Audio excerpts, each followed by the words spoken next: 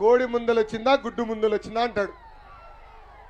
ఈ కోడిగుడ్డు మంత్రి వల్ల విశాఖపట్నం నుంచే పరిశ్రమలు తరలి వెళ్ళిపోయే పరిస్థితి మనందరం చూస్తున్నాం. ఆయన సొంత నియోజకవర్గ ప్రజలు కోడిగుడ్డులు టొమాటోలు తీసుకుని మొన్న తరిమి కొట్టడం కూడా జరిగింది. అందుకే సొంత నియోజకవర్గ ప్రజలు కూడా బాయ్ కోడిగుడ్డు మంత్రికి చెప్పే పరిస్థితి చూసాం. తల్లి జగన్ని చూస్తే ఒక కట్టింగ్ ఫిట్టింగ్ మాస్టర్ గుర్తొస్తాడు తల్లి. ఏంటది? Cutting fitting master. ఆయనకి 2 బటన్లు ఉన్నాయి తల్లి. ఒకటి బులుగు బటన్, ఒకటి రంగు ఎర్ర బటన్ తల్లి. బులుగు బటన్ నొక్కుతాడు తల్లి, అకౌంట్లో 10 రూపాయలు పడుతుంది. ఎర్ర బటన్ నొక్కుతాడు, అకౌంట్ నుంచి 100 రూపాయలు ఉష్ అని పోతుంది. ఎలా పోతుందో చెప్పాలి కదా. కరెంటు ఛార్జీలు 9 సార్లు పెంచి బాధుడే బాధుడు. ఆర్టీసీ ఛార్జీలు 3 సార్లు పెంచి బాధుడే బాధుడు. ఇంటి పన్ను పెంచి చెత్త పన్ను పెంచి క్వార్టర్ బాటిల్ ధరలు పెంచి భూమ్ ధరలు పెంచి పెట్రోల్ డీజిల్ గ్యాస్ ధర పెంచి బాధుడే బాధుడు. ఇంకా నిత్యావసర సరుకుల ధరలు పెంచి బాధుడే బాధుడు. ఇంకా కటింగ్ మాస్టర్ అనగా తల్లి అన్న క్యాంటీన్ కట్. పండగలు వస్తే పండగ కానుక ఇచ్చేవారు బాబు గారు, అది కట్. ఇంట్లో ఎవరన్నా చనిపోతే 5 లక్షల రూపాయలు ప్రమాద బీమా వచ్చేది, అది చంద్రన బీమా కట్. ఇంట్లో పెళ్లి జరిగితే పెళ్లి కానుక వచ్చేది, పెళ్లి కానుక కట్. పిల్లల్ని కాలేజీకి పంపిస్తే ప్రభుత్వం ఇచ్చే స్కూల్ ఫీ రీంబర్స్మెంట్ కట్. 6 లక్షల వృద్ధులకి రావాల్సిన పెన్షన్ కట్. రైతులకి రావాల్సిన డ్రిప్ ఇరిగేషన్ కూడా కట్ చేసింది ఈ ప్రభుత్వం. అంతెందుకు, భారతదేశ చరిత్రలోనే ఏ ముఖ్యమంత్రి కట్ చేయని విధంగా 100 సంక్షేమ కార్యక్రమాలు కట్ చేశాడు ఈ సైకో జగన్. అందుకే తల్లి 2 ఎన్నికలు వస్తున్నాయి, జగన్ ని కూడా కట్ చేసే బాధ్యత మనం తీసుకోవాలని ఈ సభాముఖంగా కోరుతున్నా.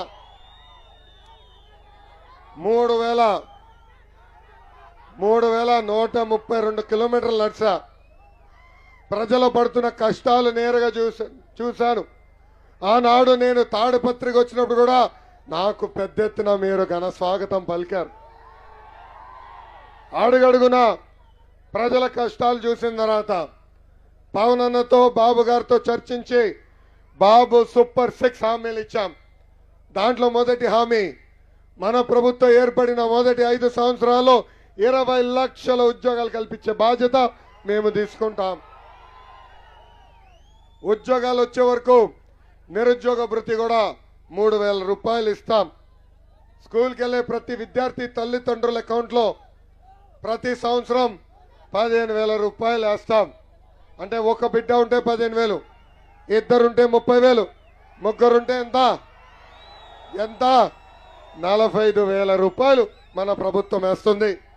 ఇంకా ప్రతి రైతుని ఆదుకునేదానికి ప్రతి ఏడా 20,000 రూపాయల ఆర్థిక సాయం కూడా మన ప్రభుత్వం చేస్తుంది. ఇంకా ప్రతి ఇంటికి ప్రతి సంవత్సరం ఉచితంగా 3 గ్యాస్ సిలిండర్లు కూడా మన ప్రభుత్వం ఇవ్వబోతుంది. ఇంకా 18 నుంచి 59 సంవత్సరాలు వయసు కలిగిన మహిళలకి ప్రతి నెల 1,500 రూపాయలు ఇస్తాం. సంవత్సరానికి 18,000, 5 సంవత్సరాల్లో 90,000 రూపాయలు మన ప్రభుత్వం ఇవ్వబోతుందని ఈ సభాముఖంగా మహిళలకి నేను హామీ ఇస్తున్నా. ఇంకా 6వ 6 దబా 6వ 6 ఏంటి? మహిళలు ఆర్టీసీ బస్సులో ఉచితంగా ప్రయాణించే హక్కు కూడా మన ప్రభుత్వం కల్పించబోతుంది. తాడిపత్రిలో ఉన్న మైనార్టీ సోదరులందరికీ నేను విజ్ఞప్తి చేస్తున్నా. 2014లో తెలుగుదేశం భారతీయ జనతా పార్టీ పొత్తున్న ఆనాడు పెద్ద ఎత్తున జేసీ ప్రభాకర్ రెడ్డి గారికి ఓటేసి మీరు ఆశీర్వదించారు, దీవించారు. మీరు ఆలోచించండి, ఆనాడు పొత్తులో ఉన్నప్పుడే హజ్ యాత్రికులకి సబ్సిడీలో పంపించింది మన ప్రభుత్వం. రంజాన్ వస్తే రంజాన్ తోఫా ఇచ్చింది మన ప్రభుత్వం. రంజాన్ మాసం వస్తే ఏకంగా మసీదులకి రంగులేసేదానికి రిపేర్లు కూడా చేసేదానికి డబ్బులు ఇచ్చింది మన ప్రభుత్వం. వక్ఫ్ భూములు ఆనాడు మేము కాపాడాం. ఏకంగా మన వక్ఫ్ భూములు కొంతమంది లాగేయాలని ప్రయత్నిస్తే ప్రహరీ గోడలు కూడా కట్టించింది తెలుగుదేశం ప్రభుత్వం. ఈ సభాముఖంగా ఆంధ్ర రాష్ట్రంలో మైనార్టీ సోదరులందరూ నేను హామీ ఇస్తున్నా, గతంలో మిమ్మల్ని ఎట్లయితే కాపాడుకున్నామో, గతంలో ఎట్లయితే సంక్షేమ కార్యక్రమాలు చేశామో అదే విధంగా ఎన్ని కొనసాగించే బాధ్యత నేను తీసుకుంటానని ఈ సభాముఖంగా హామీ ఇస్తున్నా. మైనార్టీ సోదరులు ఆలోచించాలా.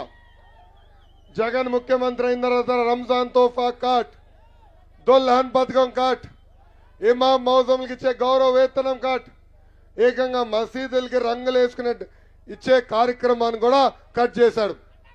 మనం చూసాం నంద్యాల్లో అబ్దుల్ సలాం అతను మొత్తం కుటుంబం ఒక వీడియో పెట్టి వైకాపా నాయకులు పదే పదే మమ్మల్ని వేధిస్తున్నారని కలిసికట్టుగా ఆత్మహత్య చేసుకున్నారు.